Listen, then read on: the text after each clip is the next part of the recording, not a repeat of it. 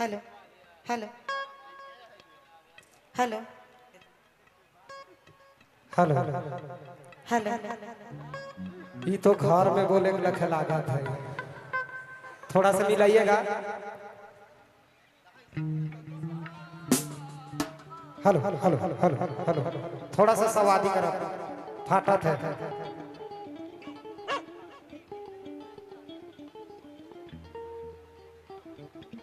Hello hello hello hello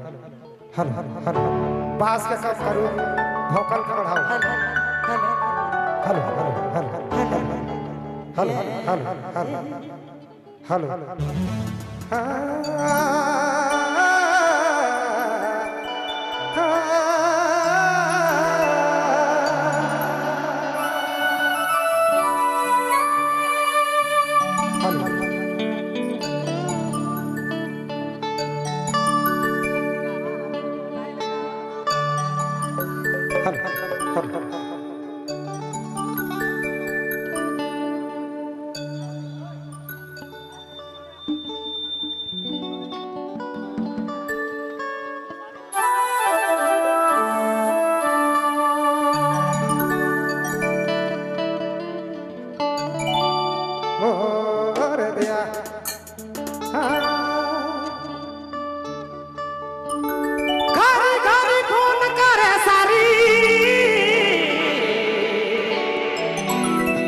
जनी सुनी रोज दे गारी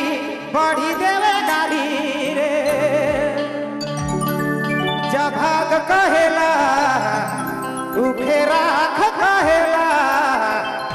मोके डुबा देले सारी सारी रे पगला बना देले सारी घरे घरे फोन करे भटो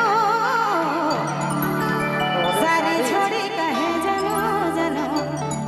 कहे जनो जनो रे रगड़ घास बड़ी तंग करना परेशान करना बगली बना देले भटू ए भटू रे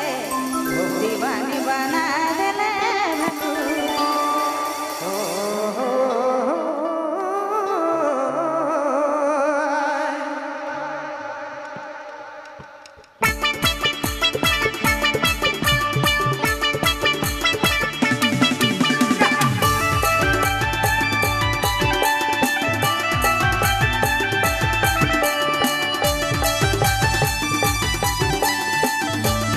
जमाने बिगड़ जाते हैं।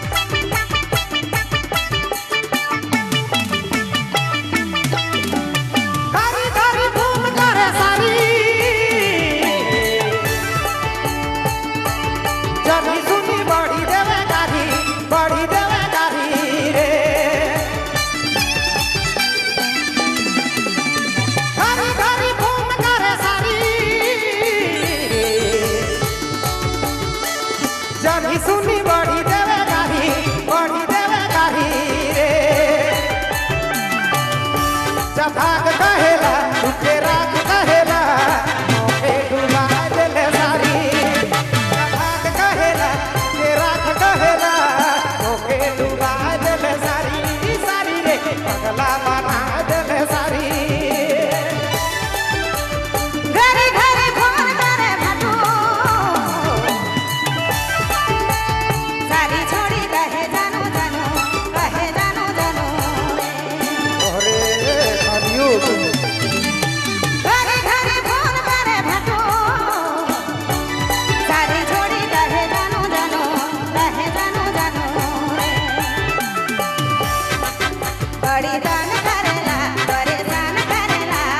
बगली बना देले भटू ए भटू रे दीवानी बना देले भटू बड़ी तंग करेला परेशान करेला बगली बना देले भटू ए भटू रे दीवानी बना देले भटू कलयुगिया भाटू रहा है।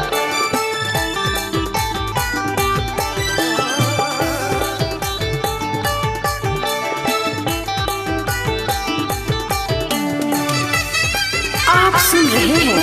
ऑर्केस्ट्रा तबाही यूट्यूब चैनल की प्रस्तुति। रगड़ घास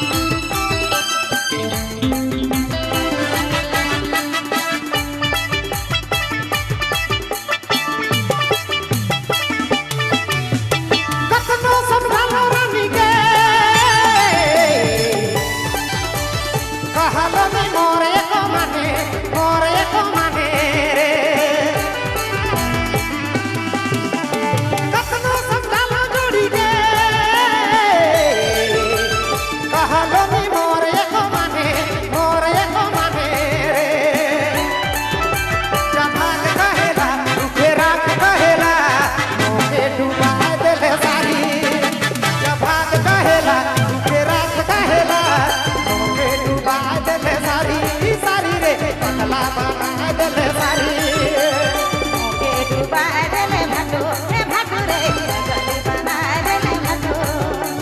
मोके डुबाए देले भाटो हे भाटो रे पगली बनाए देले भाटो ओके डुबाए देले सारी सारी रे पगला बनाए देले सारी ओके बनाए देले सारी सारी रे पगला बनाए देले सारी